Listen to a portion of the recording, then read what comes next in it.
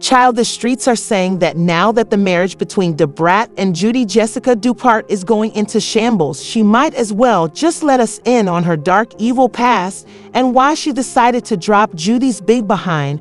But is the BRA really want to speak on anyone's past given her own nasty past?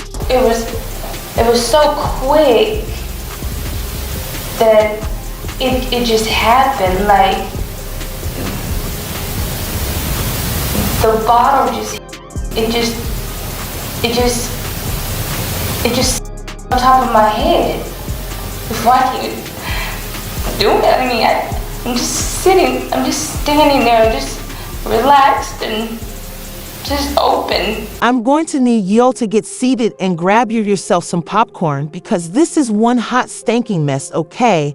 Unless you've been living under a rock, you've probably seen the rumors floating around claiming that the Brat and Judy are headed for a divorce. Allegedly, the Brat also wants full custody of their son, and for her to get full custody, she may have to prove that True would be better off with her than with Judy, and that's where Judy's diabolical evil ways come. Don't ignore me. Bad enough my child can't get a "What's up, Lil James? How you doing? How things going?" You know, all he got was lies like, "Hey, I'ma take you here for your birthday." Never happened. "I'ma take you here just because." Never happened. Everything y'all seen my child get, that's all he got. Everything that y'all seen him get. If y'all didn't see him get it, Yo, I do not know why a lot of these scandals with Judy are just involving kids, but in one of her scandals, Judy was getting dragged through the mud for doing Lil James dirty. that contract, the contract that everybody thought we signed that changed our life, and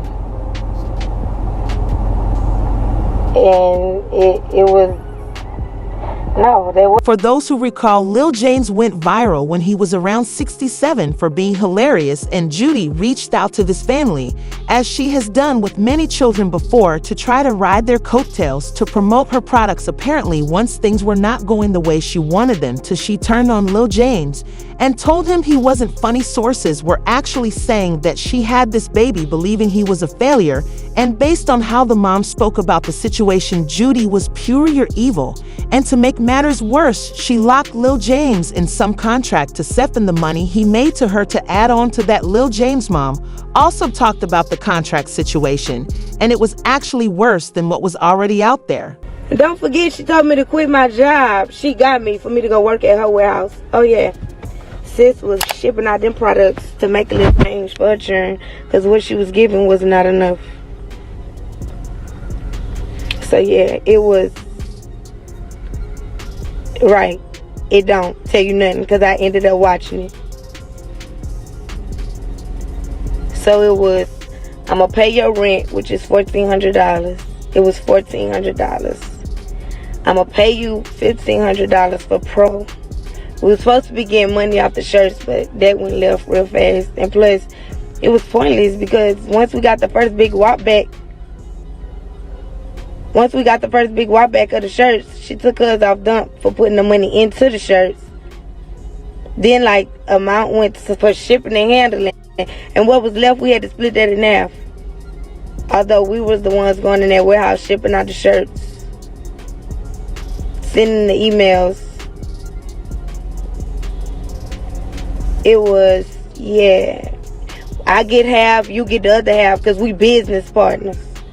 But once business partners moved, after she told me she would not move and leave me there by myself, it's like, girl, I don't have time for you. Like, I'm about to just get this one on to do this job, this one on to do this job. Only job we had was do the 4 posts for $1,500 a month and learn how to work TikTok. Allegedly, other than the situation with Lil James, another thing the Brat is bringing to light is how a child drowned in Judy's pool. And while it may have been an accident, what people found disturbing was how Judy tried to frustrate the mom and threw her former assistant and ex-best friend Shia Solid under the bus. There was even a lawsuit that was filed by the mom for wrongful death, and it clearly shows how Judy put the entire blame on Shia. For a bit of background, in the summer of 2018, Judy offered Shia a job with Kaleidoscope and asked her to move to New Orleans. She described her as her assistant, but Shayna did not have a specific job title and was not limited to getting cups of coffee. She provided event coordination services like arranging flights and hotel accommodations, and also helped manage Kaleidoscope operations by paying bills and handling invoices. Shia even provided her opinion with respect to the company's marketing and would overall perform a range of various duties whenever she needed to. According to the lawsuit, the 4-year-old child of Bovey and Kia Joan Juliet Walker drowned in Judy's pool on September 5, 2019, and on August 5, 2020, Judy was sued for wrongful death and survival damages resulting from Andy's death. What happened was that on that fateful day, Andy's mom arrived at Judy's Lakeview house in New Orleans to do her makeup. Shane and Solid worked with Judy at the time and was the one who had previously contacted Kia Walker to schedule Judy's makeup session, and Shia answered the door when she arrived. Apparently, the Lakeview home included a backyard with a swimming pool that did not have a security fence or covering, and when Kia went with Andy into the house, she proceeded to a bedroom where Judy was already working with the personal stylist. Kia then began setting up for the makeup session, and Andy asked if she could see the house of swimming pool. Based on the lawsuit, Judy said she would accompany Andy to the pool once her mom finished applying her makeup. But before her makeup was complete, she told Shia, "Shay, bring Andy to the pool while I get my makeup done." So at some point after Andy left with Shia, Andy returned to the bedroom very quickly, maybe like a minute or two after leaving, and then Andy departed a second time shortly after returning. Kia presumed that Shayna was still monitoring Andy, but roughly 10 to 15 minutes after Andy left the room for a second time, Shia returned to the bedroom without Andy. When Shia returned, Kia questioned Shia as to Andy's whereabouts, and Shayna stated that she did not know where Andy was. Kia then rushed to the pool where Andy had sadly already drowned. Now, and how the assistant and former BFF was set up. So, in response to the lawsuit, there was a lot of information pointing to how Shaw was the one who was watching Andy, and while Kaleidoscope argued that Shayna didn't have a duty of care, Kaleidoscope also argued that summary judgment was proper because Shayna was not in the course and scope of employment with Kaleidoscope at the time of Andy's death. Basically, they were trying to remove any and all responsibility from Judy and Kaleidoscope. In fact, Judy also filed a motion arguing that there were no facts or information that supported the proposition that she was liable for the alleged conduct of Shia, and she further maintained that she owed no duty to Andy. It gets even messier because obviously after that incident, Shia and Judy started feuding, and a couple of years later, Judy names her son True Legend. For those who recall, 1 year after the Brat and Judy got married, the Brat announced that they were expecting their first child together. The baby was conceived through IVF using Judy's egg and the sperm from an anonymous donor from a cryobank. The Brat even said about the pregnancy, "At the time, I never thought I was going to have kids. I just thought it wasn't in the cards for me. I've had a great career, a full life. I felt like because I didn't get pregnant earlier on, then it just wasn't going to happen for me. I can't believe he came out of me. Feels like a dream. He's perfect in every way. The journey to motherhood has been more amazing than we could have ever imagined." But guess what? Shia has 2 sons named True and Legend. Coincidence? I don't think so. I'm honestly, knowing Judy, she probably named her son after her ex-BFF sons with full knowledge as some weirdo mom to seem dominant over another woman, like she knows the names of Sheena's kids. So why would she name her son after both her sons, knowing very well what happened between them? And I know that True and Legend are pretty common names nowadays, so I would understand if it was one name, but 2 names to a lot of people. This only proved that Judy has always been diabolical and evil. Baby Shia definitely saw what was happening there, and she responded in a post saying, "There are so many names in the world. My 2 sons' names did not have to be it.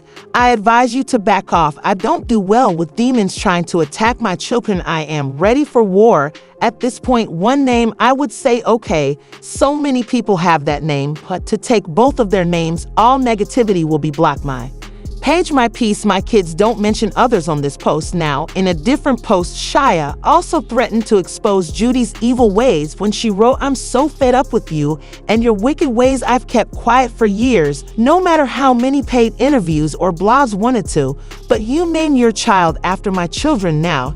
You are going way too far." And it goes on. Allegedly, Judy also scammed a bunch of people and let others, including her former girlfriend, take the fall. Several blogs have actually reported that she is a pro scammer, and this may actually be her claim to riches. I even came across a thread that talked about how one ex of Judy went to prison for scamming with her, and when she came out and wrote a book, Judy allegedly bought every copy and sabotaged all her efforts simply because she didn't want folks reading about her fraud and how she set others up to do time. And let's not forget about the suspicious arson at 2 hair salons she owned that landed her a settlement from her insurance company. Allegedly, this woman has always been a scammer, and a lot of people are saying that they wouldn't be surprised if her marriage to the Brat was just a calculated move. Basically, with the reports about their divorce, allegedly, these are just some of the things the Brat has been saying behind the scenes. And given that she has been with Judy for a while now, she probably has even more dirt. Well, we also have people saying that the Brat has no business exposing anyone's past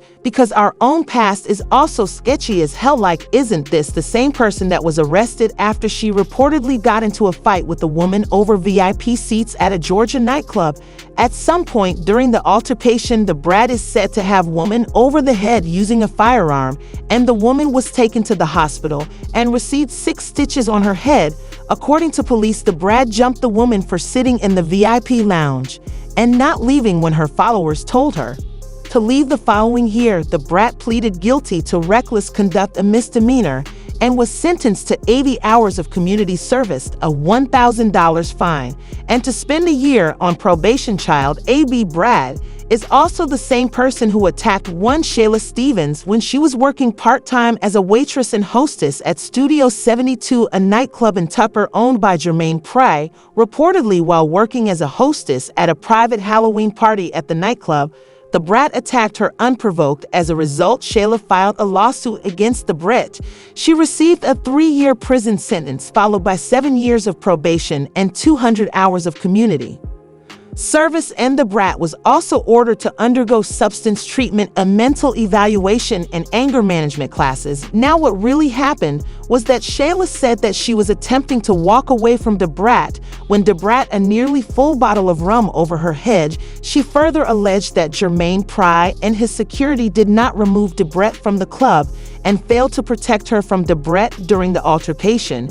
And as if that wasn't bad enough, Jermaine failed to seek appropriate and timely medical treatment for her or to report the Brat to the authorities for fear of bad publicity for Studio 72. In her lawsuit, Shayla claimed trauma to the head, resulting in brain damage. She also sustained severe lacerations to her head and face, which resulted in permanent scarring and nerve damage. She argued that in addition to medical treatment and pain and suffering, her career as a professional cheerleader and actress was cut short due to her facial disfigurement, resulting in a loss of income. So this is not someone who should be talking about anyone's criminal past, especially considering she hasn't even paid Shayla the millions she was ordered to pay her anyway. As we wait to see how the separation unfolds, let me know what you think of Judy's criminal past and alleged evil nature. Do you think this is what caused the rift between her and the Brat?